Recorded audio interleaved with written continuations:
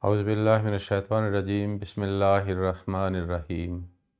Assalamu alaikum wa rahmatullahi wa barakatuhu. Comme vous savez, surtout ceux qui ont suivi nos programmes et nos émissions précédentes intitulées Nos arguments, que nous avions appris de Saint-Coran et de Hadith, aussi de la langue arabe, que Jésus-Christ n'est pas vivant, ni n'est-il monté au ciel. Par contre, il est mort. Il a subi la mort physique naturelle. Alors ainsi, les prédictions concernant le nuzul et la venue ou l'arrivée d'un Issa, ou fils de Marie, sera accomplie par la désignation divine de quelqu'un dans le Ummat Muhammadiyya parmi les musulmans. Et ainsi il sera comme le Messie promis. Alors ceux qui n'ont pas accepté cette argumentation basée sur le Saint-Coran et le Hadith, présentée par le fondateur de la communauté musulmane Ahmadiyya, Hazrat Mirza Ghulam Ahmad de Qadian, ils présentent entre autres, pour justifier leur déclaration, leur foi, leur croyance, que Jésus n'est pas mort, il est vivant, il est toujours au ciel. Ils disent que Mirza Ghulam Ahmad de Qadian lui-même, il a écrit que Jésus est au ciel. Alors, plus tard, lorsqu'il a pensé qu'il a pu attirer un grand nombre de musulmans, selon, c'est-à-dire ses services à l'islam, après le débat qu'il avait fait en tant que prédicateur de l'islam face au hindouisme, christianisme et les autres. Alors c'est pour cela, plus tard il s'est déclaré qu'il est le Mahdi, le Messie, surtout le Messie. Et pour cela, pour justifier sa déclaration, il a changé la signification de Mutawaffika wa Rafiqa ilayya. Et pour cela, il a dit que lui, il est mort, ancien Jésus, il n'est plus monté au ciel. Et alors, c'est moi-même qui ai l'accomplissement de ces prédictions. Et moi, je suis le Messie et le Mahdi que vous attendez. Donc tout cela, selon eux, il a fait un plan, un dessein pour tromper les musulmans. Donc selon eux, la justification ou l'argumentation présentée et formulée par le fondateur de la communauté musulmane Ahmadiyya, Hazrat Mirza Ghulam Ahmad de Qadian, n'est pas vraie, n'est pas justifiable. Alors aujourd'hui, nous allons en parler. C'est vrai que Hazrat Mirza Ghulam Ahmad de Qadian avait mentionné cette idée dans son tout premier ouvrage intitulé Barahine Ahmadiyya. Ce livre est en 4 parties, mais dans un même volume plus tard a été publié. Et le point essentiel de ce livre était de présenter au moins 300 arguments textuels et rationnels et logiques pour établir la véracité et la supériorité de l'islam et de Saint-Prophète sallallahu alayhi wa sallam et de Saint-Coran.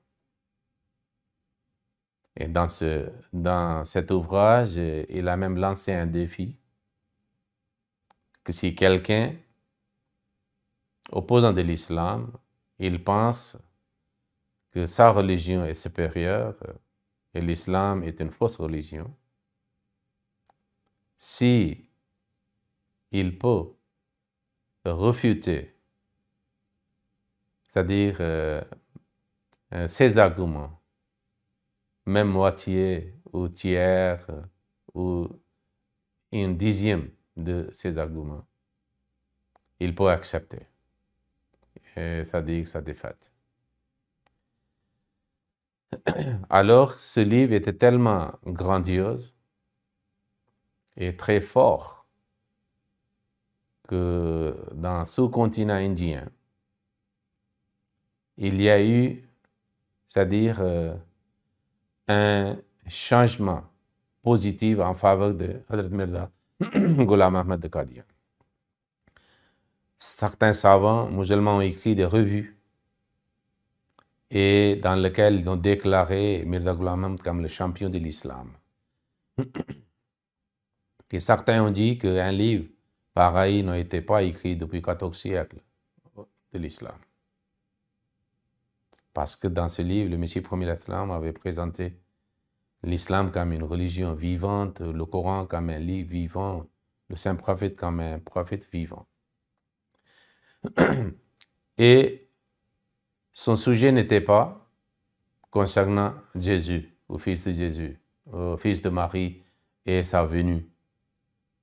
Seulement, au cours de ce livre, lorsqu'il écrivait, il a cité le verset de Surat Al-Imran, Ya Isa inni mutawafika wa rafika ilayya,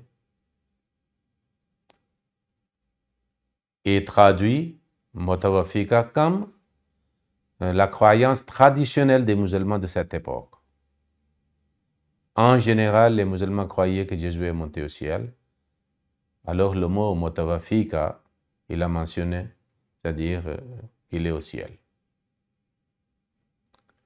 À ce moment-là, même s'il était récipiendaire de révélations, parce qu'il avait commencé, il a écrit ce livre entre 1880 jusqu'à 84. Alors, il a présenté centaines de ses révélations, rêves et les visions dans ce livre pour dire que c'est la bénédiction de l'islam, que Allah lui a fait ses faveurs et sa grâce par la révélation et par les visions et les rêves vrais. À ce moment-là, même si dans le Barahin Ahmadiyya, il a été appelé par le nom de différents prophètes, et même plus tard, Jésus, Abraham, Noé, Adam, il a été appelé. Alors, il a écrit, comme les autres musulmans traduisaient en général, comme ce n'était pas un débat quelconque. Et alors plus tard, lorsque Allah lui a révélé, Allah lui a montré que Jésus est mort, il a annoncé. Parce que cet ouvrage qui a été publié, c'est-à-dire qu'il a écrit entre 1880 jusqu'à 84, il n'avait jamais dit que, même il n'a pas dit qu'il est mujaddid, réformateur du XIVe siècle. Non, il le considérait comme un serviteur de l'islam, malgré qu'il a été mentionné dans ses révélations qu'il a reçues. Les prières que Dieu avait exaucées, le vrai rêve, il est mentionné, c'est-à-dire Allah s'adressa à Mirza Ghulam Ahmad de Qadian en lui disant « Ô Isa, ô Nour, ô Ibrahim, ô Adam ». Mais il a dit que je suis un humble serviteur, Allah me parle, c'est la bénédiction en tant que suivant et obéissant au saint prophète et serviteur humble de l'islam et un serviteur humble de Dieu. Il n'avait aucun projet. Alors, l'idée de non-Ahmadi, qu'il a changé, c'est-à-dire son point de vue pour duper et tromper les gens, et il a voulu profiter, c'est-à-dire l'amour, attraction qu'il a eu, un grand nombre de musulmans savants, il a eu un renom, c'est pour cela il s'est déclaré. Et dans cette déclaration, il n'était pas vrai ce qu'ils disent, les non-Ahmadis, les opposants aujourd'hui. Alors nous allons analyser cette situation. C'était quoi? Il faut savoir que c'était la fin 1890 qu'il a reçu une révélation de la part de Dieu, dans laquelle Dieu lui dit, Jésus, fils de Marie, le messager d'Allah, est mort. Et selon la promesse, vous êtes venu en sa qualité.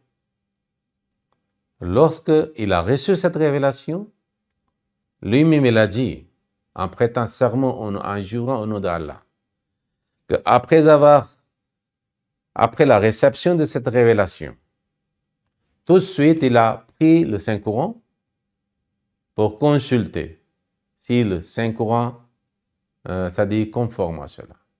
Il a dit, quand j'ai pris le Saint-Coran, j'ai ouvert, la première page que j'ai vue, c'était le verset du Saint-Coran. Ya Isa inni mutawafika wa rafiuka ilayya. Et Dieu lui a donné la compréhension que ici, c'est la mort de Jésus-Christ qui est mentionnée. Donc, cette compréhension que Jésus est mort, lui a été accordée par Allah lui-même, qui est Alim al-Ghaib wa Shahada.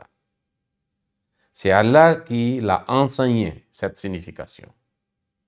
Et puis, il a dit que j'ai réfléchi sur le Saint-Coran et j'ai trouvé un grand nombre des versets du Saint-Coran qui établissent directement ou indirectement la mort de Jésus. C'est pour cela qu'il avait présenté dans son ouvrage Isala Oham, qui, ce livre existe dans le 3e volume de 23 volumes de ses ouvrages, qui sont environ 85 livres. Il a présenté 30 versets et nous avons déjà étudié et analysé et appris que comment il a justifié, basé sur 30 versets de Saint-Coran, que Jésus est mort, il n'est pas vivant, il n'est pas au ciel. Il ne pouvait pas monter au ciel, il ne pouvait pas toujours vivre. Alors le Messie premier sallam dit que si j'ai changé ce point de vue de moi-même pour duper et tromper les gens, pour profiter, c'est-à-dire la considération pour moi, l'affection pour moi, l'attention vers moi en tant que serviteur de l'islam de cette époque, il dit que non. Il dit que lorsque j'avais traduit ce verset, qu'il est au ciel, il est monté au ciel, je n'avais pas dit que c'est Allah qui m'a enseigné. Alors nous devons croire ce qu'il dit. Si, par contre, il avait un plan, pourquoi il devait dire au commencement que Jésus est au ciel? Il devait déjà préparer quelque chose pour donner une idée que plus tard, lui-même, il allait se déclarer en tant que l'accomplissement de ces prophéties qui parlent que Isa viendra. Alors, il ne devait pas mentionner. Je sais très bien qu'il était en Côte d'Ivoire comme missionnaire et un nouveau converti, et aujourd'hui, il est aussi missionnaire, c'est-à-dire au Mali, Omar Maaz Koulibaly Sahib. Lui-même, il a dit que parce qu'il n'aimait pas Ahmadiyya avant, mais lorsqu'une fois un livre tombait dans sa main, il a lu, et il a dit que le Messie premier lui-même dit que j'avais traduit aussi ce mot, Inni Mutawafika, qu'il est monté au ciel. C'était comme une croyance traditionnelle. Mais lorsque Allah m'a donné la connaissance, Allah m'a éduqué, Allah m'a donné la compréhension de ce mot, que Jésus est mort. Et puis, j'ai trouvé dans le Saint-Coran plusieurs versets qui établissent la mort de Jésus. Alors, je dois changer mon opinion. Je dois suivre ce que Allah m'a enseigné, ce que Allah a dit.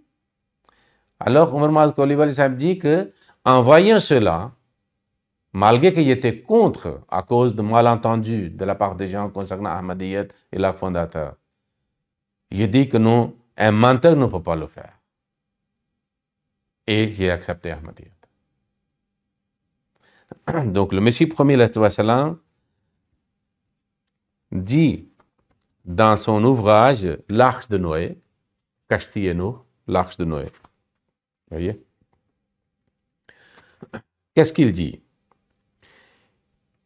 Il présente la raison, c'est-à-dire le changement de son opinion. Okay? Et en même temps, il riposte, rejette l'accusation des non-Ahmadis que c'était pour duper les gens et profiter, c'est-à-dire popularité qu'il a gagnée à cause de ses ouvrages, ses débats avec les chrétiens et les hindous pour faveur de l'islam. Il dit, voilà pourquoi j'y ai mentionné la croyance traditionnelle des musulmans, c'est-à-dire dans le Brahine Ahmadiyya. Ainsi, ma simplicité et l'absence de toute intention de ma part de duper les gens me rendirent service, en témoignant que ce que j'avais écrit ne relevait pas de la révélation, mais de la croyance populaire des musulmans. Plus tard, lorsqu'il a changé, il a dit, c'est Allah qui m'a enseigné cette signification. C'est Allah qui m'a révélé que Jésus est mort. Alors il a dit que ce que j'avais écrit ne relevait pas de la révélation, mais de la croyance populaire des musulmans. Et par conséquent, aucun argument n'a été fourni aux opposants. Car par moi-même, je ne peux connaître l'inconnu, à moins d'en être informé par Dieu le Très-Haut. Mais c'est pour cela, la connaissance des bien-aimés de Dieu s'augmente. Comme Allah dit dans le Saint-Coran, même au Saint-Prophète, Rabbi zidni ilma. Oh, mon Seigneur, augmente-moi en connaissance. Donc, il y a toujours le développement de l'état moral, spirituel et de la connaissance aussi. Et de la gonuse aussi. Donc, le Messie premier salam a mentionné cela. Il a dit dans le Brahine Ahmadiyya, Allah m'a appelé aussi en s'adressant comme Mariam, Marie, et comme Isa aussi, Jésus aussi. Mais malgré ces révélations, je n'ai pas dit que je suis Isa. Parce que je ne me considérais pas à ce moment-là que je suis, c'est-à-dire, je suis à très haut niveau de la spiritualité, comme celui de Jésus ou de la Marie. Et je le considérais, ces révélations, dans lesquelles Dieu m'a adressé comme, c'est-à-dire par le nom de différents prophètes. Mais je dis que c'est l'amour de Dieu, son affection pour moi, en tant que serviteur et, c'est-à-dire, disciple spirituel de Saint-Prophète sallallahu alayhi wa sallam. Alors, il dit que pourquoi je me dis cela? En réalité, Allah était en train de préparer Hadrat Mirza Ghulam Ahmad de Qadian, étape par étape, son développement de sa spiritualité, son état spirituel. Et c'était aussi basé sur le verset de Saint-Coran. Le Messie premier salam à cette époque, c'est-à-dire, avait mentionné ces révélations dans le Brahine Ahmadiyya, dans lequel Dieu a dit, par exemple, Ya Mariam, ô Marie, malgré que Mariam était une femme, la mère de Jésus-Christ. Mais Allah s'adressa à Hadrat Mirza Ghulam Ahmad Qadian d'abord comme Marie. Et après, même il y a la révélation, Ya Mariam, uskun anta wa zawjukal jannata. Toi et, c'est-à-dire, avec tes compagnons, entre dans le paradis. Donc ici, Zawaj, il a utilisé, traduit comme le compagnon. Nafaktu fika min ladunni. Alors j'ai insufflé en toi de ma part. Donc ici, malgré que Allah a mentionné, c'est-à-dire le Messie Mirza Ghulam Ahmad Qadian en tant que Mariam, qui était une dame, mais il n'a pas dit, voilà, il dit Nafakhtu fika. Il n'a pas dit fike, parce que physiquement, il n'était pas une femme, il était un homme. Mais seulement le mot Mariam, le nom Mariam, ou l'état de Mariam a été mentionné et attribué à Mirza Ghulam Ahmad Qadian, le fondateur de la communauté ahmadiyya. C'est-à-dire, à ce moment-là, il était en état de Mariam. État de Mariam ou de Mariamiyat signifie quelque chose.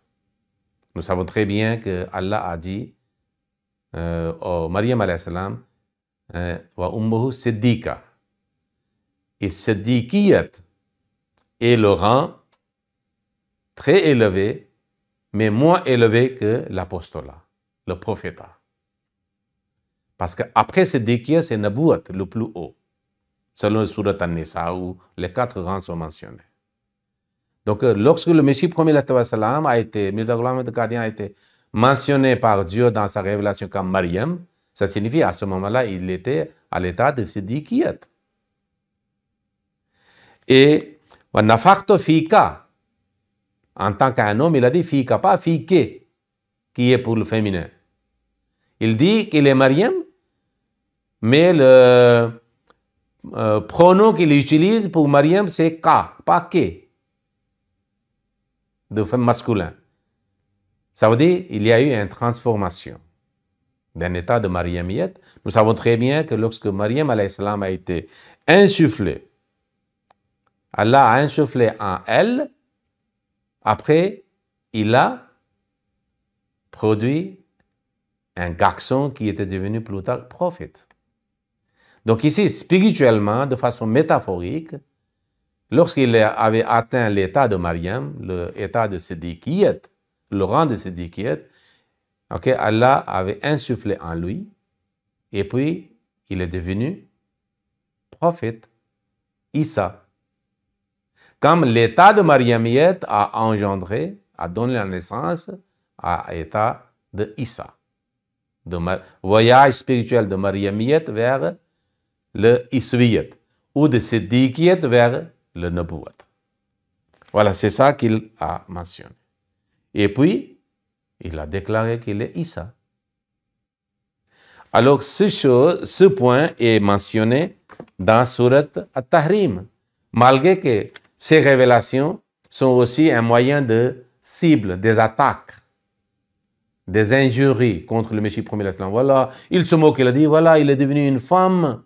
Et puis, c'est-à-dire, lui, il a engendré un autre être. Malgré que ce sont des choses spirituelles, de façon métaphorique, il faut le comprendre. Dans Surat Tahrim, le chapitre 66, le verset 12 et 13 méritent d'être lus. Parce que dans ces 2 versets, Allah mentionne, il dit, Allah propose aux croyants l'exemple de la femme. Le premier fois, il a dit de femme de Pharaon, et le deuxième exemple, de la Marie. L'exemple le plus haut degré est de la Marie. Qu'est-ce qu'il dit concernant le mari? Il a dit, ça veut dire que l'état d'un vrai croyant peut être soit l'état de, exemple, l'état de Asia, l'épouse de Pharaon, ou Marie, la mère de Isa alayhi salam. Un croyant doit vivre ces 2 états. Soit l'état de Asia, femme de Pharaon, soit l'état de Mariam, la mère de Jésus-Christ. Concernant elle, qu'est-ce qu'il dit? Et l'exemple de Marie, la fille d'Imran, qui protégea sa chasteté, puis nous avons insufflé il n'a pas dit en elle, en lui. Ça veut dire ici, ça veut dire qui a été insufflé, en qui Allah a insufflé, pas en elle, la Marie, non. En lui, ça veut dire le croyant. Alors si quelqu'un est marié, Allah a insufflé en cette personne, ça veut dire plus tard il y aura un Isa, un Nabi. C'était, le Messie premier dit que malgré que dans le même Barahine Ahmadiyya, Allah m'a mentionné Mariam plus tard, lorsqu'il m'a rendu, c'est-à-dire Issa, ça veut dire dans ma qualité, dans ma capacité, le talent, j'ai fait le développement spirituel de Mariamiyat vers l'Iswiyat, de Siddiqiyat vers le Nubuwat. C'est pour cela, plus tard, il a été appelé Issa aussi. Mais il a dit, malgré cela, je n'ai pas dit que je suis Issa, je suis le Messie. Je suis l'accomplissement de cette prédiction que le Saint Prophète sallallahu alayhi wa sallam avait parlé, ou le Coran a parlé, qu'un Messie viendra au sein de l'Ummah Muhammadiyya aussi. Malgré que Allah mentionne tout cela.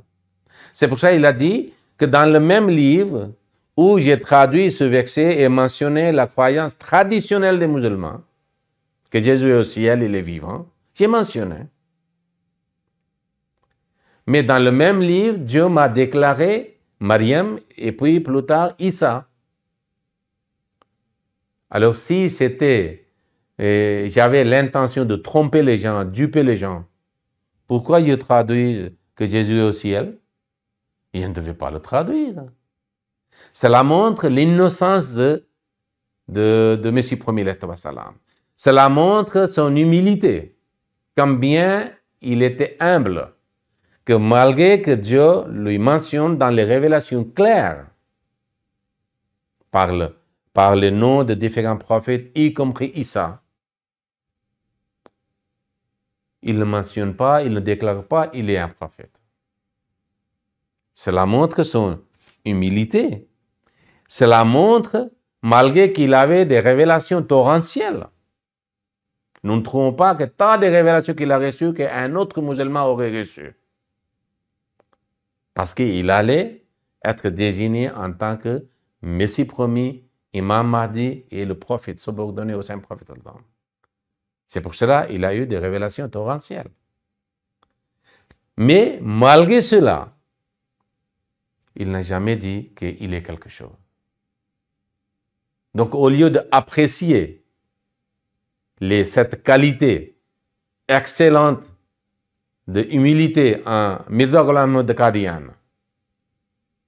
ils ont commencé à accuser et attaquer qu'il a fait un plan pour duper, pour tromper les musulmans. Et il voulait, c'est-à-dire abuser l'affection des musulmans et la considération et l'appréciation et leurs éloges pour lui. Non. Nous savons très bien qu'il y a certains qui, s'ils ont 2 ou 3 rêves vrais, ils commencent à penser qu'ils ont quelque chose à un niveau très haut dans le domaine spirituel. Mais lui, il reçoit la révélation. Et c'était, c'est-à-dire les révélations croissantes. Chaque nuit, c'est-à-dire, il reçoit quelque chose de la part de Dieu. Mais il se considère un humble serviteur de l'islam et de Saint Prophète. Donc, en réalité, ce n'était pas pour duper. Mais ce n'était pas de la part de Dieu.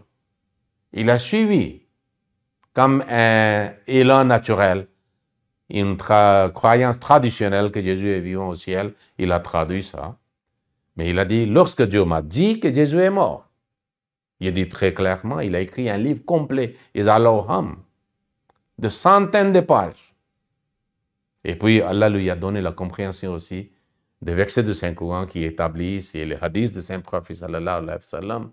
Et puis, il a trouvé aussi qu'il y a beaucoup de savants musulmans qui aussi disent que Jésus-Christ est mort.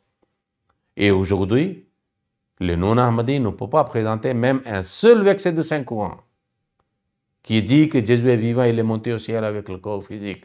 Ou un seul hadith qui dit que Jésus est vivant et il est monté au ciel et c'est du ciel il descendra. Deuxième fois. C'est pour cela, c'était essentiel pour moi de présenter devant vous pour éclaircir que cette accusation est fausse, que Mirza Ghulam Ahmad Qadian avait fait un plan au préalable. C'est pour cela qu'il a écrit qu'il est monté au ciel et plus tard, c'est-à-dire il a dit qu'il est mort. Non. Lorsqu'il a dit quelque chose, qu'il est au ciel, il est vivant, selon les croyances traditionnelles des musulmans. Mais lorsque Allah lui a révélé qu'il est mort, Et il lui a montré aussi des versets de Saint-Coran, au moins 30, qu'il est mort. Il a présenté ce cas aussi devant les musulmans. Et c'est tellement solide et irréfutable que personne ne peut donner même un seul exemple de Saint-Coran, un seul verset ou hadith qui disent que Jésus n'est pas mort, il est monté au ciel, il est vivant. C'est le même Jésus qui descendra du ciel. Ok, que Allah nous donne la bonne compréhension et Allah nous donne aussi le courage d'accepter la vérité une fois nous avons appris. Assalamu alaikum wa rahmatullahi wa barakatuh.